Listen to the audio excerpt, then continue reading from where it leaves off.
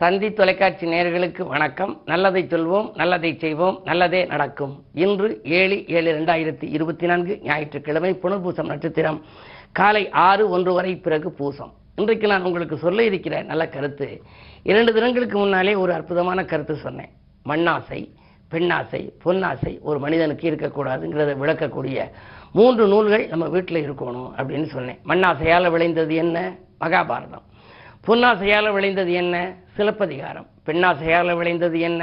ராமாயணம். இந்த 3 நூல்களும் இருந்துச்சு அப்படின்னா இதை நாம் படிக்கின்ற பொழுதெல்லாம் நமக்கும் அந்த ஆசை வராது. ஆகையினால இந்த ஆசையின் விளைவாக பிரச்சனைகள் வருகிறது, போராட்டமான வாழ்க்கை அமைகிறதுங்கிறது நம்ம தெரிஞ்சுக்கலாம் அப்படின்னு.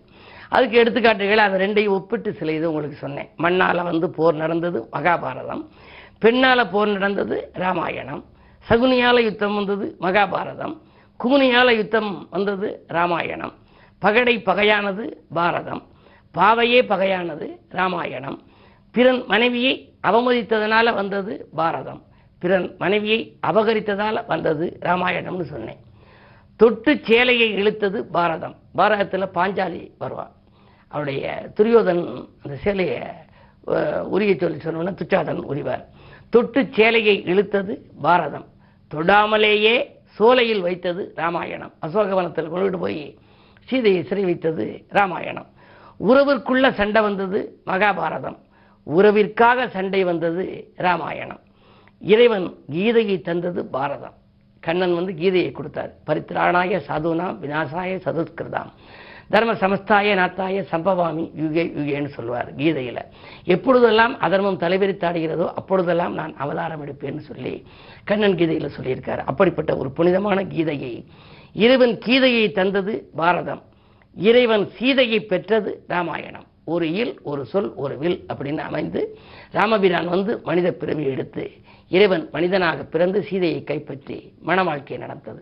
ஆகையினாலே இறைவன் கீதையை தந்தது பாரதம், இறைவன் சீதையை பெற்றது ராமாயணம். அனுமன் கொடி பறந்தது பாரதம். பாரதத்தில் கடைசியில் அனுமன் கொடி பறக்கும். அனுமன் கடல் தாண்டி பறந்தது ராமாயணம். இதை 2 ஒப்பிட்டு சொல்லி வைத்திருக்கிறார்கள். ஆகையினாலே இப்படிப்பட்ட நூல்களை எல்லாம் நாம் படிப்பதன் மூலமாக நம்முடைய வாழ்க்கையிலும் ஏற்படுகிற பிரச்சனைகளை தீர்த்துக்கொள்ள ஒரு நல்ல வழிபிறக்கும். ஆகையினாலே ஒவ்வொருவர் இல்லத்திலும் அலங்கரிக்க வேண்டிய 3 நூல்கள் மகாபாரதம், சிலப்பதிகாரம், ராமாயணம் என்பதை தெரிவித்து இனி இன்றைய ராசி பலன்களை இப்பொழுது உங்களுக்கு வழங்கப் போகின்றேன். மேசராசி நேயர்களே, இன்று உங்களுக்கு யோகமான நாள். பிரபலங்களின் மூலமாக நீங்கள் பிரச்சனைகளை எல்லாம் தீர்த்துக் கொள்வீர்கள். பிறருக்கு கைமாற்றாக கொடுத்த தொகை உங்களுக்கு சேரும். பயணங்கள் பலன் தருவதாக இருக்கும். தொழில் முன்னேற்றம், உத்தியோக முன்னேற்றம் உண்டு. ரிஷபராசி நேயர்களே, உங்களுக்கெல்லாம் திடீரென அறிமுகமான ஒருவரால் திசை திருப்பம் ஏற்படுகின்ற நாள். இந்த திறமை மிக்கவர்கள் உங்கள் பணிக்கு உறுதுணையாக இருப்பார்கள். அயல்நாட்டிலிருந்து கூட உங்களுக்கு அழைப்புகள் வரலாம். ஊதிய பற்றிய நல்ல செய்தியும் உண்டு. மிதுன ராசி நேயர்களே, உங்களுக்கெல்லாம் ராசியிலேயே சூரியன் ராசிநாதன் 2இல். பணப்புழக்கம் நன்றாக இருக்கும். வருமானம் திருப்திகரமாக இருக்கும். வாழ்க்கை தேவைகள் பூர்த்தியாகும். கடன் சுமை குறைய புதிய வழிபிறக்கும். அரசியல் செல்வாக்கு மிக்கவர்களால் உங்களுக்கு நன்மைகள் கிடைக்கும் நாள் இந்த நாள். கடகராசி நேயர்களே, உங்களுக்கு இன்று ராசியிலேயே சந்திரன் ராசிநாதன் ராசியில் இருக்கின்ற பொழுது நீங்கள் யோசிக்காது செய்த செயல்கள் கூட உங்களுக்கு வெற்றி கிடைக்கும். தாய்வழி ஆதரவு உண்டு. மாமன் மைத்தின் வழியிலும் மகிழ்ச்சியான சம்பவங்கள் நடைபெறலாம். சுக்கிரபலம் நன்றாக இருப்பதால் அக்கறை செலுத்தாத காரியத்தில் கூட ஆதாயம் கிடைக்கும் நாள் என்பதனாலே தொழில் வளர்ச்சி நன்றாக இருக்கும். கைகளிலே பணம் புரளக்கூடிய நாள் இந்த நாள். சிம்மராசி நேயர்களே, உங்களுக்கெல்லாம் சோகங்கள் மாற சுற்றி இருப்பவர்களை அனுசரித்துக் கொள்ள வேண்டிய நாள். 7இலே சனி இருப்பதனால் எதையும் திட்டமிட்டு செய்ய இயலாது. திடீரென மாற்றங்கள் வரலாம். ஆரோக்கிய தொல்லைகளும் உண்டு. கவனம் தேவை. கன்னிராசி நேயர்களே, உங்களுக்கெல்லாம் இன்று பூர்வீக சொத்துக்களில் லாபம் கிடைக்கும் நாள். புனித பயணங்கள் அதிகரிக்கும். இன்று நீங்கள் புகழ்பெற்ற ஆலயங்களுக்கு செல்ல வேண்டும் என்று விரும்புவீர்கள். வாங்கல் கொடுக்கல்கள் சரளமாக இருக்கும். 8இலே செவ்வாய் இருப்பதால் இடம் வாங்குவது, பூமி வாங்குவது பற்றியும் சிந்திப்பீர்கள்.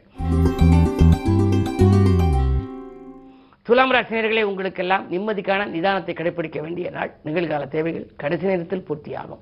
அஷ்டமத்திலே குரு இருந்தாலும் அதன் பார்வை 12இல் பதிவதனாலே பயணங்களால் உங்களுக்கு பலன் கிடைக்கலாம். ஏதேனும் ஒரு காரியத்தை எதிர்பார்த்து நீங்கள் வெளிநாடு செல்ல வேண்டும் அல்லது வெளியூர் செல்ல வேண்டும் என்றெல்லாம் திட்டங்கள் தீட்டி இருந்தால் அந்த திட்டங்கள் வெற்றி பெறுவதற்கு உகந்த நாளாக இந்த நாள் இருக்கின்றது. விருச்சிக ராசி நேயர்களே, உங்களுக்கெல்லாம் வியக்கும் தகவல் வீடு வந்து சேர்கின்ற நாள். இன்று வியாழனின் பார்வை இருப்பதனாலே பணம் பல வழிகளிலும் வந்து பைய நிரப்பும். தொழில் முன்னேற்றம் உண்டு. உத்தியோகத்தில் கூட மேலதிகாரிகள் உங்களுக்கு இணக்கமாக நடந்து கொள்வார்கள். தொலைபேசி வாயிலாக உங்களுக்கு அவர்கள் தரும் தகவல் மகிழ்ச்சிக்குரிய தகவலாக இருக்கும். பாசம் மிக்கவர்கள் நேசக்கரம் நீட்டும் இந்த நாளிலே காலை நேரத்திலேயே உங்களுக்கு கலகலப்பாக இருக்கும். கை நிறைய பணங்கள் புரளும் விதத்திலே தொழிலிலே லாபமும் உங்களுக்கு கிடைக்கலாம். இந்த நாள் யோகமான நாள். தனுசு ராசி நேயர்களே, சந்திராஷ்டமம். ஆரோக்கியத்தில் அக்கறை செலுத்த வேண்டிய நாள். ஆதாயம் தரும் தகவல்கள் கிடைக்காமல் போகலாம். அருகில் இருப்பவர்களின் அனுசரிப்பு குறையலாம்.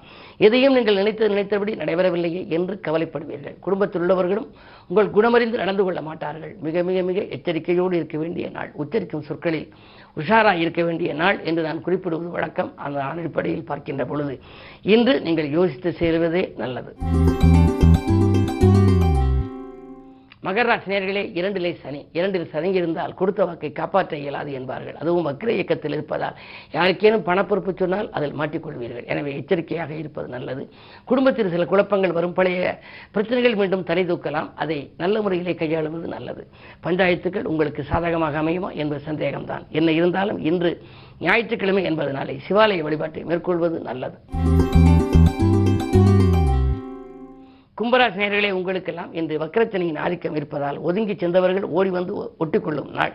உங்களை விட்டு விலகியவர்கள் எல்லாம் இன்று விரும்பி வந்து சேர்வார்கள். தொழிலிலே நீங்கள் எதிர்பார்த்த லாபம் ஓரளவு கிடைக்கும்.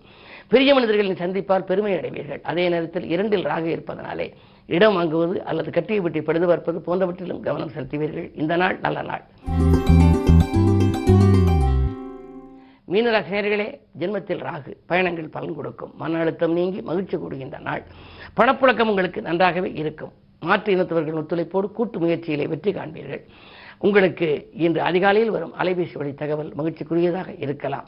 என்ன இருந்தாலும் உங்கள் திறமைக்குரிய அங்கீகாரம் உத்தியோகத்தில் கிடைக்குமா என்றால் சந்தேகம்தான். 7இலே கேது இருப்பதனாலே உத்தியோகத்தை பொறுத்தவரை உங்களுக்கு நிலைமை சீராவதற்கு சில நாட்கள் ஆகலாம். ஆனால் தொழிலை பொறுத்தவரை கூட இருப்பவர்களையும் கொஞ்சம் நீங்கள் அனுசரித்துக் கொள்வதே நல்லது. இன்று உங்களுக்கு இனிய நாளாக அமைய சிவாலய வழிபாட்டை மேற்கொள்ளுங்கள்.